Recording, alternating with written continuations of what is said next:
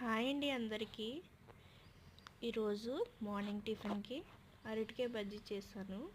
దీని ప్రాసెస్ ఎలా ఉందో మీరు కూడా చూసేయండి. ముందుగా ఒక బౌల్లోకి శనగపిండి తీసుకొని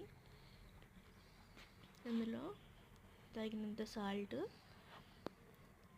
బేకింగ్ సోడా ఒక స్పూన్, పసుపు ఒక స్పూన్ వేసుకొని వాటర్ వేసుకొని కలుపుకోవాలి.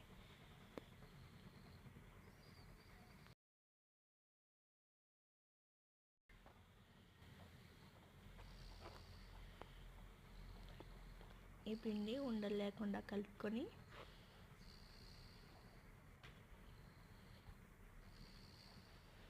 తర్వాత స్టవ్ మీద ప్యాన్ పెట్టుకొని ఆయిల్ వేసుకొని డీప్ ఫ్రై సరిపడగా అరటికాయ బజ్జీని వేసుకోవాలి.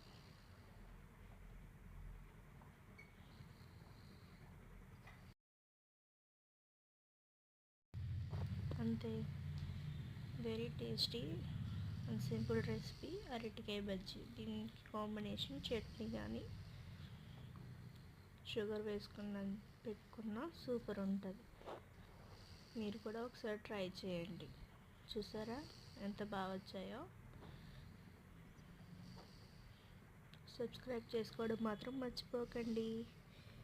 Thank you.